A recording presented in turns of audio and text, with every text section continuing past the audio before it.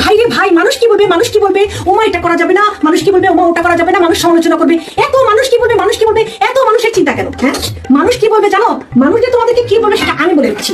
মানুষ কি করবে, সবার আগে কি করবে, তুমি যদি আজকে মরে যাও তাহলে মানুষ তোমার বাড়িতে এসে বলবে ইন্না লিল্লাহি ওয়া ইন্না ইলাইহি রাজিউন। বুঝতে পারছো? মানুষ এটাই বলবে।